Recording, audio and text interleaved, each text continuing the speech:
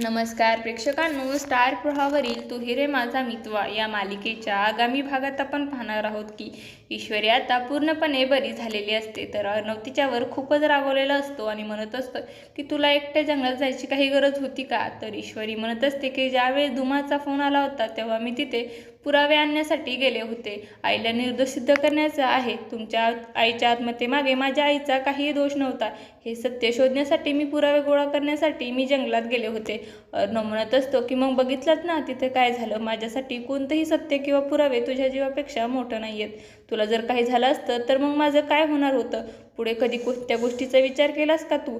तर आता बोलण्यात अर्णवने मनातील प्रेम आता ईश्वरीला सांगणारच असतो, पण तेवढ्यात तिथे आई येते. त्यामुळे आता स्वतःला सावरतो. तर आईला म्हणतो की तुम्ही ईश्वरीला बोला, मी बाकीच्यांना जाऊन सांगतो की ईश्वरी आता बरी झाली आहे. तर दुसरीकडे वल्लरीचा प्लॅन आता फेल झालेला असतो. ईश्वरीला मारण्याचा. पण आता येणाऱ्या भागामध्ये वल्लरीचा खरा चेहरा आता ईश्वरी सगळ्यांसमोर आणणार का, हे पाहणं अतिशय रोचक ठरणार आहे. तुम्हाला जर आपला व्हिडिओ आवडला असेल तर चॅनलला लाईक, शेअर आणि सबस्क्राईब करायला विसरू नका. धन्यवाद.